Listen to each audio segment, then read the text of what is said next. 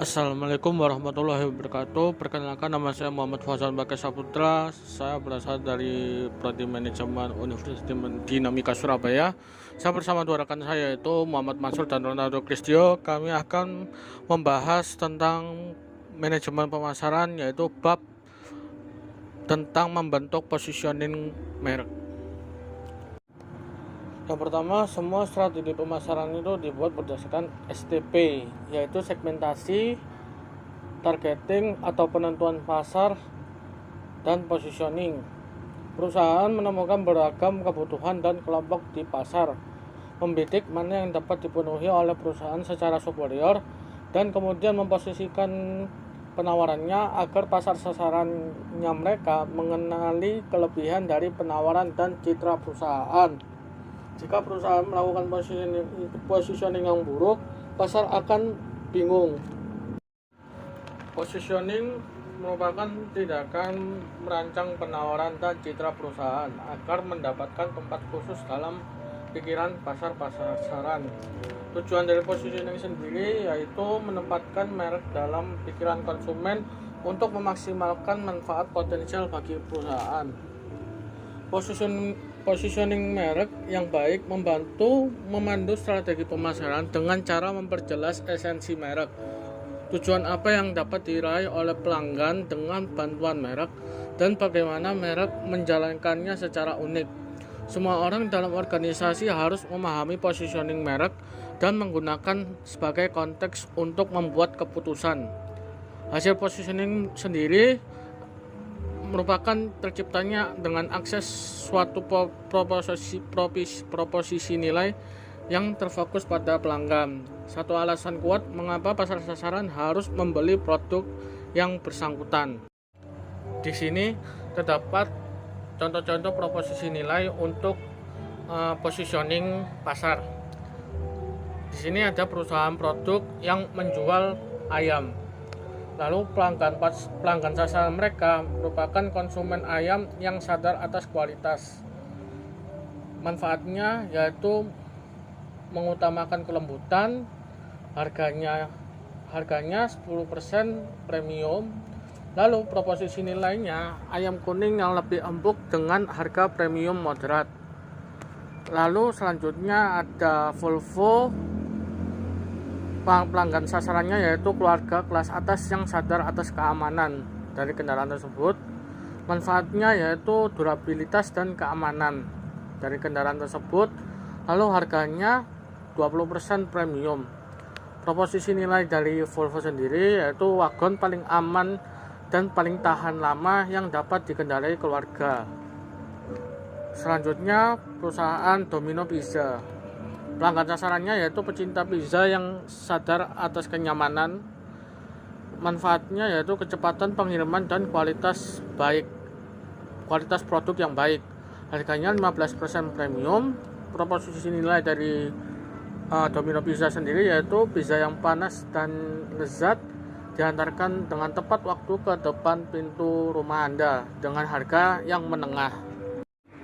Selanjutnya, cara mengembangkan strategi positioning. Yang pertama dengan menentukan keanggotaan kategori.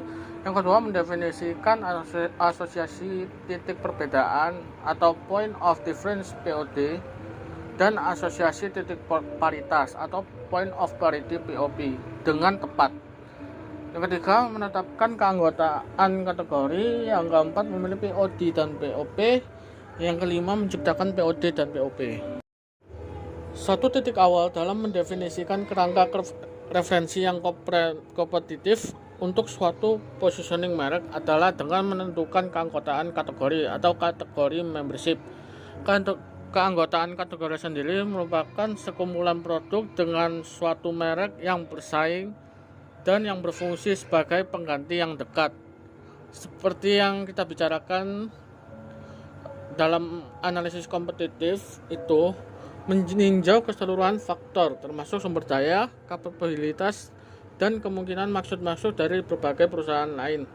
Secara khusus, memutuskan untuk membidik jenis konsumen tertentu dapat mendefinisikan sifat persaingan karena perusahaan tertentu telah memutuskan untuk membidik segmen itu di masa lalu, atau berencana melakukannya di masa depan, atau karena konsumen dalam segmen itu mungkin sudah melihat produk atau merek tertentu dalam keputusan pembelian mereka. Selanjutnya ada titik paritas atau point of parity atau POP. POP merupakan asosiasi yang tidak mesti unik untuk merek, tetapi dapat dimiliki bersama dengan merek lain. Jenis asosiasi ini mempunyai dua bentuk pasar dasar, yaitu yang pertama kategori dan kompetitif. Titik paritas kategori merupakan asosiasi-asosiasi yang dipandang esensial oleh konsumen untuk suatu penawaran yang sah dan kredibel dalam kategori produk atau jasa tertentu. Dengan kata lain, mereka mempresentasikan kondisi yang diperlukan tetapi belum memadai untuk pilihan merek. Konsumen mungkin tidak menganggap agen perjalanan benar-benar agen perjalanan, kecuali agen itu mampu melakukan reservasi udara dan hotel. Yang kedua ada titik paritas kompetitif, merupakan asosiasi yang dirancang untuk menegasikan titik perbedaan pesaing. Jika di mata konsumen merek dapat mencapai titik impas di area-area di mana pesaing berusaha menemukan keunggulan dan mencapai keunggulan di area lain, merek itu seharusnya berada dalam posisi kompetitif yang kuat dan mungkin tidak terkalahkan.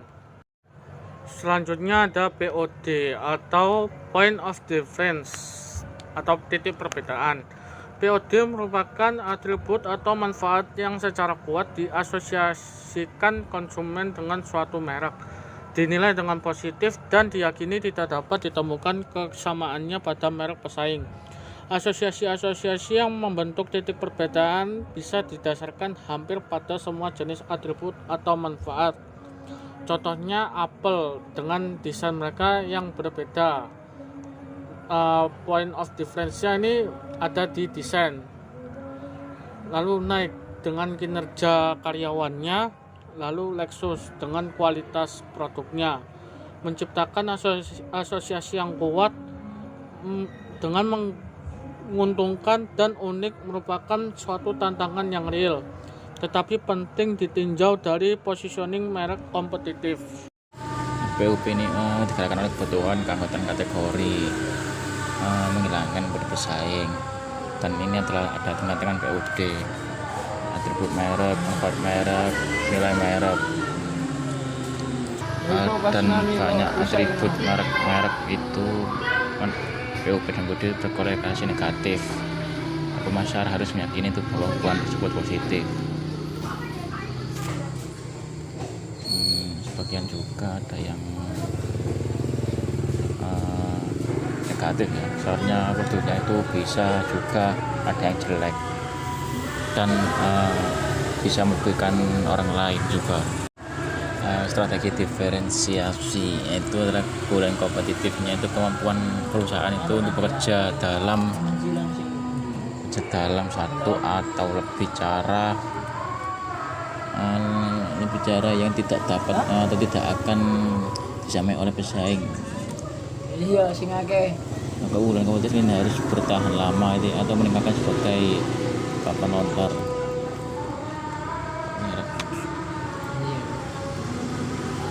Dan keunggulan kompetitif ini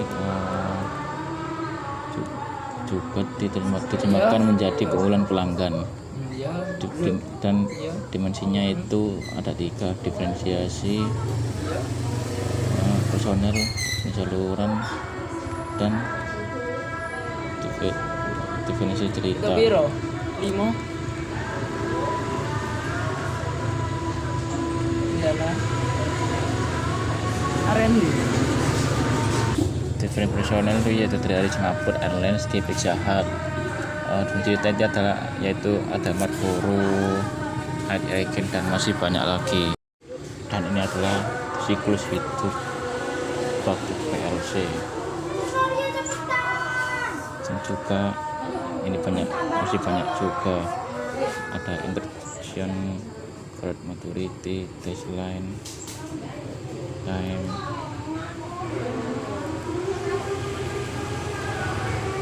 dan juga banyak lagi. Ini yang ini dan di atas sendiri itu ada sales yang bawahnya itu adalah profit introduction, yaitu percakapan dengan growth tumbuhan.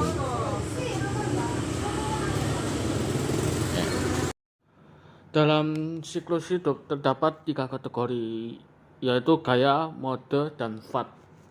Yang pertama adalah gaya. Gaya merupakan jenis ekspresi dasar dan berbeda yang muncul dalam bidang usaha manusia. Contoh gaya yang muncul di bidang perumahan seperti pakaian dan seni. Gaya dapat bertahan selama beberapa generasi dan menjadi tren yang datang dan pergi.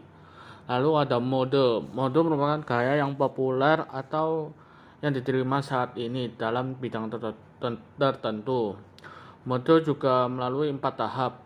Yang pertama perbedaan, emulasi, mode massal, dan penurunan. Panjang siklus mode sulit diperkirakan. Salah satu sudut pandang tersebut adalah bahwa mode berakhir karena mereka mempresentasikan kompromi pembelian dan konsumen mulai mencari atribut yang hilang. Lalu yang terakhir adalah fad, merupakan mode yang cepat dilihat masyarakat. Siklus penerimaan dari fad sendiri itu pendek dan cenderung hanya menarik pengikut terbatas yang mencari kesenangan atau ingin membedakan diri mereka sendiri dari orang lain. Fad juga gagal bertahan karena biasanya fad tidak memuaskan dalam kebutuhan yang kuat. Pemenang pemasaran adalah mereka yang mengenali fad lebih awal dan meningkatkannya menjadi sebuah produk dengan kekuatan untuk bertahan. Selanjutnya, strategi pemasaran dalam tahap pengenalan dan keunggulan pelopor. Perusahaan yang merencanakan untuk memperkenalkan sebuah produk baru harus memutuskan kapan mereka memasuki pasar. Menjadi perusahaan pertama yang memasuki pasar dapat memberikan suatu imbalan, tetapi juga berisiko dan mahal. Perusahaan dapat masuk belakangan jika perusahaan tersebut dapat membawa sebuah teknologi, sebuah kualitas, atau kekuatan merek yang lebih unggul. Di sini ada beberapa keunggulan dari pelopor. Merek pelopor juga menetapkan atribut yang harus dimiliki dalam sebuah kelas produk. Merek pelopor biasanya juga membidik ke tengah pasar sehingga menangkap lebih banyak pengguna. Inersia pelanggan juga memainkan sebuah peran. Dan ada sebuah keunggulan produsen, skala ekonomi, kepemimpinan teknologi, hak paten, kepemilikan aset langka, dan penghalang lain untuk masuk. Pelopor juga dapat memiliki pengeluaran pemasaran yang lebih efektif dan menikmati tingkat pembelian berulang konsumen yang lebih tinggi. Selain keunggulan, terdapat kelemahan juga dari pelopor yang gagal, yaitu produk yang terlalu kasar, lalu produk tersebut disposisikan secara salah, lalu produk tersebut muncul sebelum ada permintaan yang kuat dari pasar, lalu biaya pengembangan produk yang menghabiskan sumber daya inovator, lalu kurangnya sumber daya untuk bersaing melawan perusahaan besar yang masuk, dan yang terakhir ketidakkompetenan dalam manajerial atau rasa puas diri yang tidak sehat. Di sini ada strategi pemasaran dalam tahap pertumbuhan. Tahap pertumbuhan ditandai dengan Strategi peningkatan pemasaran tahap pesat dewasaan. dalam penjualan.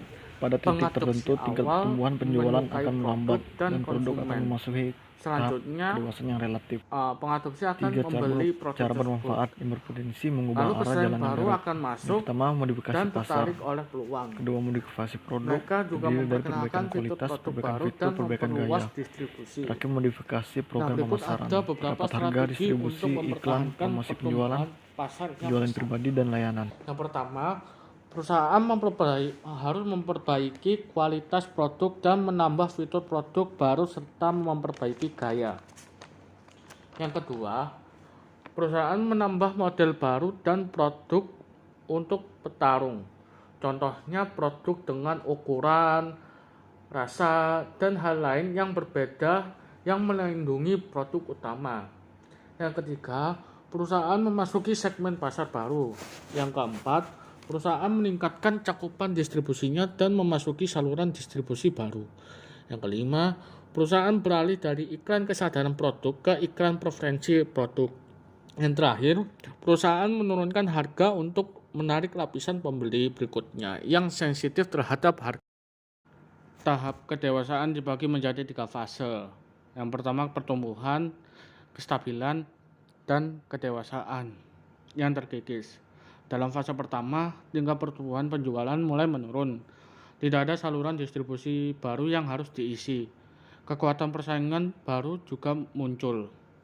Lalu masuk pada fase kedua, penjualan mendatar pada basis per kapita karena kejenuhan pasar. Sebagian pasar besar konsumen potensial telah mencoba produk, dan penjualan masa depan diatur oleh pertumbuhan populasi dan permintaan penggantian. Dalam fase ketiga, kedewasaan yang terkikis, tingkat penjualan absolut mulai menurun, dan pelanggan mulai beralih ke produk lain. Dalam fase ketiga, yaitu kedewasaan, juga memberikan sebuah tantangan yang besar. Pelambatan penjualan menciptakan kelebihan kapasitas dalam industri, yang menyebabkan persaingan yang lebih kuat. Pesaing juga bergerak cepat untuk menemukan sebuah ceruk. Mereka sering melakukan penurunan harga, lalu meningkatkan iklan serta promosi dagang dan konsumen. Strategi pemasaran tahap dewasaan. Pada titik tertentu, tingkat pertumbuhan penjualan akan melambat dan produk akan memasuki tahap kedewasaan yang relatif.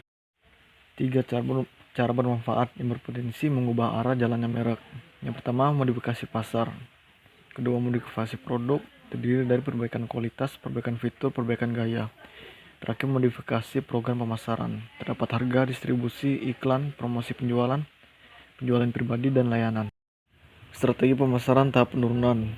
Penjualan menurun karena sejumlah alasan, meliputi kemajuan teknologi, perubahan selera konsumen, dan peningkatan persaingan domestik dan luar negeri. Semuanya dapat menyebabkan kelebihan kapasitas, meningkat pemotongan harga, dan pengikisan laba. Strategi pemasaran tahap penurunan. Strategi pemasaran penurunan. Yang pertama, meninggalkan pasar atau memanen dan melakukan divestasi. Yang kedua, penyusutan secara selektif. Yang ketiga, memperkuat investasi. Dan keempat, menambahkan nilai pada penawaran awal. Selanjutnya ada tabel rangkuman karakteristik, tujuan, dan strategi siklus hidup produk. Kesamping yang pertama adalah pengenalan, pertumbuhan, kedewasaan, dan penurunan. Dan untuk yang ke bawah adalah karakteristik, tujuan pemasaran, strategi. Dalam evolusi pasar, sepanjang merek atau produk itu harus ada positioningnya, harus berubah mengikuti perkembangan pasar, seperti produk pasar berevolusi melalui 4 tahap. Yang pertama, kemunculan, pertumbuhan, kedewasaan, dan penurunan. Kemunculan sebuah pasar terwujud. Pasar itu ada sebagai pasar laten. Selanjutnya, pertumbuhan. Jika produk baru terjual dengan baik, perusahaan baru akan memasuki pasar, masuk dalam tahap pertumbuhan pasar. Dan pada akhirnya, pesaing mencakup dan melayani sesuai segmen utama, dan pasar memasuki tahap kedewasaan. Dan terakhir, permintaan untuk produk lama akan mulai menurun, dan pasar akan memasuki tahap penurunan. Evolusi pasar tahap kemunculan. Sebelum sebuah pasar terwujud, pasar itu ada sebagai pasar laten. Misalnya, selama berabad-abad orang menginginkan alat penghitung yang lebih cepat. Pasar memuaskan kebutuhan ini dengan abacus, penggaris geser, mesin penambah besar. Strategi pemenuhan preferensi. Yang pertama, merancang produk baru untuk memenuhi preferensi salah satu sudut pasar, disebut sebagai strategi ceruk tunggal. Kedua, meluncurkan 2 atau lebih produk sekaligus untuk menangkap 2 atau lebih bagian pasar, disebut sebagai strategi banyak ceruk. Yang terakhir, merancang produk baru untuk pertengahan pasar, disebut sebagai strategi pasar massal. Evolusi pasar tahap pertumbuhan ditandai dengan masuknya perusahaan baru. Yang pertama, perusahaan kecil. Itu kita menghindari dan meluncurkan produk di sudut pasar. Selanjutnya ada perusahaan besar. Di situ dia meluncurkan produk di pusat dan menantang pelopor. Terdapat banyak strategi, banyak curug, dan mengelilingi serta mengontak pelopor.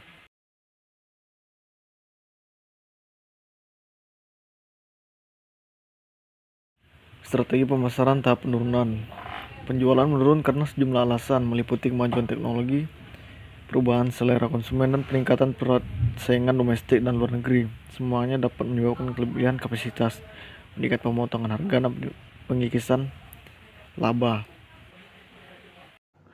Sekian presentasi dari kami. Apabila kami ada salah, kami mohon maaf. Wassalamualaikum warahmatullahi wabarakatuh.